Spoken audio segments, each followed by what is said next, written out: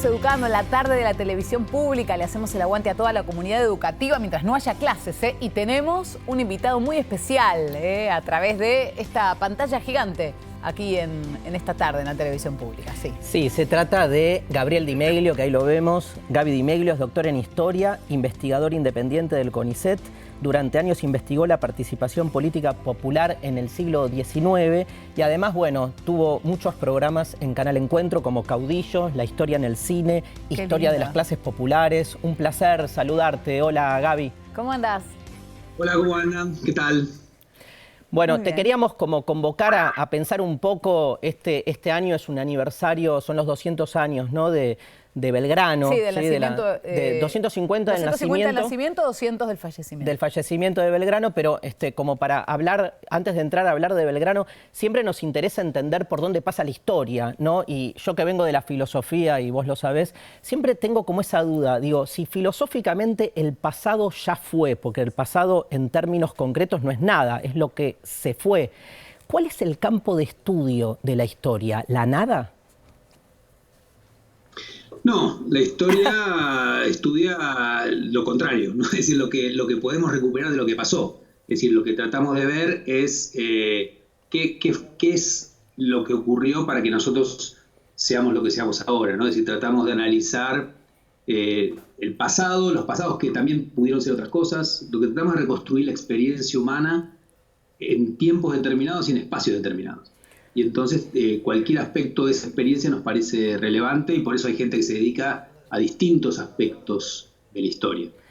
Lo que hacemos es utilizar métodos, ¿no? Métodos de aproximación a ese pasado, ¿no? Que por supuesto están discutidos, hay distintas alternativas, pero bueno, en general hay una comunidad de historiadores que comparte ciertos parámetros para decir qué hacemos y qué no hacemos, ¿no? Pero está bien si decimos que en realidad, digamos, cuando estudiamos historia, nunca vamos a acceder a las cosas tal como son. Digo, cuando un historiador dice, yo les voy a contar la posta de lo que pasó, ahí es como que yo salgo corriendo, no sé, me da como, claro, me da una sensación de que te quieren hacer pasar una versión de la historia como si fuera la única, porque realmente el acceso a la historia en términos absolutos es difícil, digo, por eso el objeto de estudio de la historia, como decía recién Gabriel, son las fuentes que quedan, pero las fuentes son siempre interpretables, ¿no, Gabriel? Tal cual, es decir, por eso vos vas a leer distintos relatos sobre lo mismo que difieren. Lo que nunca puede diferir es que los hechos ocurrieron. Es decir, si vos decís que alguien en el futuro que sea historiador diga que en el 2020 no hubo una epidemia de coronavirus, sería algo falso, ¿no? Es decir, eso no es opinable. Lo que podemos discutir es por qué ocurrió, cómo, digamos, e interpretar distintas alternativas de sus causas y de sus consecuencias y de su manejo. Pero nadie podría decir no hubo una epidemia de coronavirus. Si dice eso, ahí sí está falseando. No es que cualquier opinión va... No se trata de opiniones, sino se trata de interpretaciones diferentes, pero sobre hechos que efectivamente ocurrieron. Y eso no es opinable. Digo, por ejemplo, cuando alguien dice Hitler no mató 6 millones de judíos. No, eso ahí estás haciendo mentiras. Es decir, eso hay algo verdadero. Eso buscamos reconstruir. El tema es que siempre efectivamente podemos acceder hasta cierto punto al pasado, ¿no? Un problema que tenemos los historiadores, creo yo, es que, a diferencia de, no sé, por ejemplo, cuando alguien en un laboratorio te cuenta cómo llega a hacer un experimento que le permite sacar una conclusión, nosotros en general, cuando hablamos y cuando nos preguntan por resultados, no nos preguntan por cómo llegamos a esos resultados, cómo llegamos a saber lo que estamos contando. Y ahí es donde ves que efectivamente hay cosas que puedes saber y cosas que no puedes saber. Siempre llegamos a usar una porción de lo que pasó. Y con eso intentamos entender el todo, pero solo podemos llegar del pasado. Eso es así, no hay manera de superarlo. Y en el caso de Manuel Belgrano, por ejemplo, ¿qué fuentes hay? Es algo que no pasó hace tanto tiempo, pero tampoco es algo tan fácil de investigar, ¿no? ¿Qué fuentes hay? ¿A dónde se va a buscar información sobre quién fue y qué hizo Manuel Belgrano? Mira, un personaje como Belgrano es más fácil de investigar que otra gente. Por ejemplo, los criados de Manuel Belgrano, las mujeres con las que se relaciona Manuel Belgrano, los soldados de Manuel Belgrano, todos esos son más difíciles de analizar. ¿Por qué? Porque Manuel Belgrano era parte de la clase alta de Buenos Aires, sabía escribir, fue un abogado y por lo tanto dejó muchos documentos, dejó él muchos escritos y muchos escribieron sobre él, también lo pintaron. Es decir, hay varias maneras de llegar a un personaje tan importante como Belgrano, San Martín o cualquier líder que uno quiera pensar. se complica mucho más cuando vos querés saber sobre aquellos personajes que no dejan ese tipo de huellas por su lugar social, ¿no? Es decir, insisto, los soldados, los esclavos del papá de Belgrano, la gente con la que él se relacionó. Esa gente común, digamos, es más difícil de reconstruir. Ahora, Belgrano puede llegar porque justamente tenés muchos documentos escritos, sobre todo, que hablan de él y hasta tenés retratos de él. Hay gente que no tiene retratos, ¿no? Hay un reduccionismo, me parece, Gabriel, con Belgrano, que es como circunscribirlo únicamente al tema de que fue el que creó la bandera, ¿no? Para vos, ¿eso es algo que se hace a propósito, intencionalmente? Porque hay otro Belgrano del que se habla poco, sobre todo en la escuela, que tiene que ver con haber sido un defensor, por ejemplo, de la igualdad de género, de la industria en el país, o en lo que se estaba ya conformando como país. Digo, ¿hay una voluntad política de circunscribir a Belgrano a un rol por ahí menor, digo, entre comillas, en términos de lo que es la historia como política de emancipación, que es creó la bandera y ya? No, me parece que tiene que ver con, bueno, eso es un poco la vieja imagen escolar, ¿no? De la vieja escuela, en la cual Belgrano era sobre todo una especie de héroe inmaculado, solo asociado con la bandera y con algunas batallas importantes. Me parece que en general, depende de quién lo mire, rescata cosas diferentes, ¿no? Yo creo que Belgrano es un personaje muy interesante en su época por dos razones. Una, porque es perfecto el hecho de alguien que deja una vida provisoria de lado para convertirse en revolucionario, ¿no? Y por lo tanto, de hecho, terminó muy mal, pero además fue protagonista con sus aciertos y sus errores. Y me parece que lo interesante que tiene es justamente un personaje con muchos claroscuros, que nos aleja de esa imagen medio del héroe perfecto, que es superhéroe, que a veces se trata de hacer con los próceres. Ya el nombre prócer es un nombre muy feo. Y entonces nos presentan un Belgrano perfecto, inmaculado. Y en realidad me parece que lo interesante de Belgrano es cómo acertó y se equivocó un montón, pero es un hombre que nos permite entender bien un poco cómo era esa época, ¿no? Y también creo que tenemos que tener cuidado con algunos anacronismos. Hace poco vi que alguien ponía que Belgrano era feminista. No, distaba de eso. Es cierto que, a diferencia de otros varones en su época, le dio más importancia, por ejemplo, que hubiera educación y educación femenina. Pero una educación femenina que separaba a las mujeres de los varones, porque son los límites de la época, una sociedad patriarcal, que no podemos interpretar a un Belgrano con un pañuelo verde, por ejemplo, ¿no? Es decir, claro, sería algo de otra época. Es cierto que podemos decir que tuvo más una mirada mucho mayor que la de otros varones de cierta igualdad de oportunidades con las mujeres, pero nunca defendió a las mujeres abiertamente como iguales a los varones, como no hizo nadie en la época tampoco, ¿no? Claro.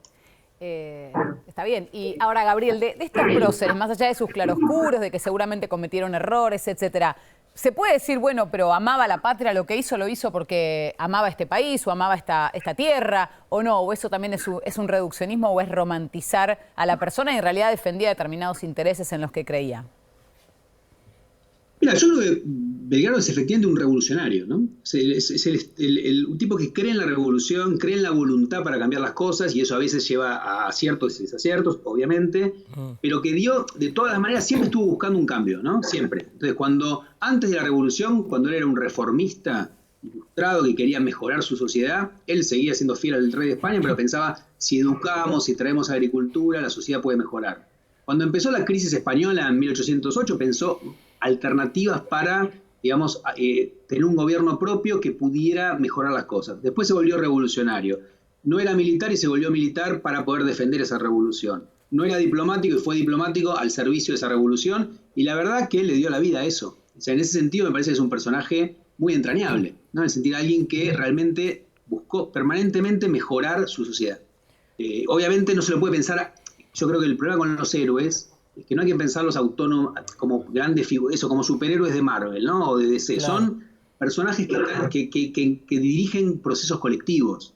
Es decir, no puedes pensar a Belgrano sin los soldados de Belgrano, sin las mujeres de los soldados de Belgrano, sin toda la gente de la que él fue un emergente. Es decir, no hay un Belgrano solo, no hay un superhéroe de Belgrano. Lo que hay es un personaje que realmente dio su vida literalmente para mejorar su sociedad. Y ahí, a veces se peleó con otros que también hacían lo mismo, como con los artiguistas, por ejemplo, y también en otros momentos tuvo logros realmente trascendentales, como la batalla de Tucumán, que salvó a esa revolución, o crear una bandera que efectivamente después quedó en ese país, o tener planes para pensar alternativas, como el plan del rey Inca, que fueron muy interesantes. Entonces, hay un montón de cosas que Belgrano dejó efectivamente, con lo cual merece un lugar en nuestro panteón de héroes, sin duda. Lo que quiero decir es que no los podemos pensar como superhéroes aislados, sino que son gente que lideró, que son procesos donde participó una sociedad entera, ¿no? La revolución fue un fenómeno de masas, de todos, y él lo que fue uno de sus jefes.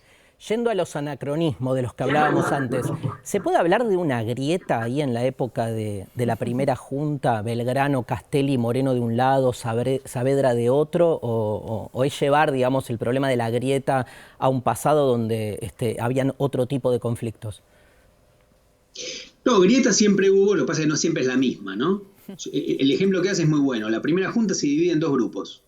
Los que llamamos hoy en día morenistas, que eran más radicales, querían cambios más profundos, particularmente Moreno y Castelli. Belgrano estaba ahí, pero no era tan radical como ellos.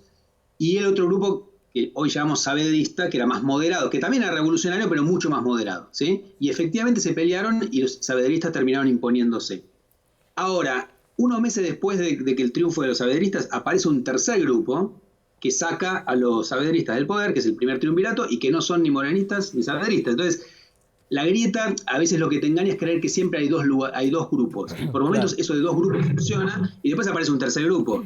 Que claro es lo que pasa en la realidad también. A veces exageramos la idea de grieta, ¿no? La idea de que hay dos bandos. Cuando en general eso pasa en ciertos momentos, y en ciertos momentos después las cosas se atomizan más y encontramos más variantes que solo un enfrentamiento de dos. ¿Sirve pensar en grieta para ese momento? Sí, si no creemos que esa grieta es la misma que se arrastra hasta el presente, como algunas veces escuché, ¿no? Que empezó con Moreno y Saavedra y siempre hubo dos grupos enfrentados. Eso es falso.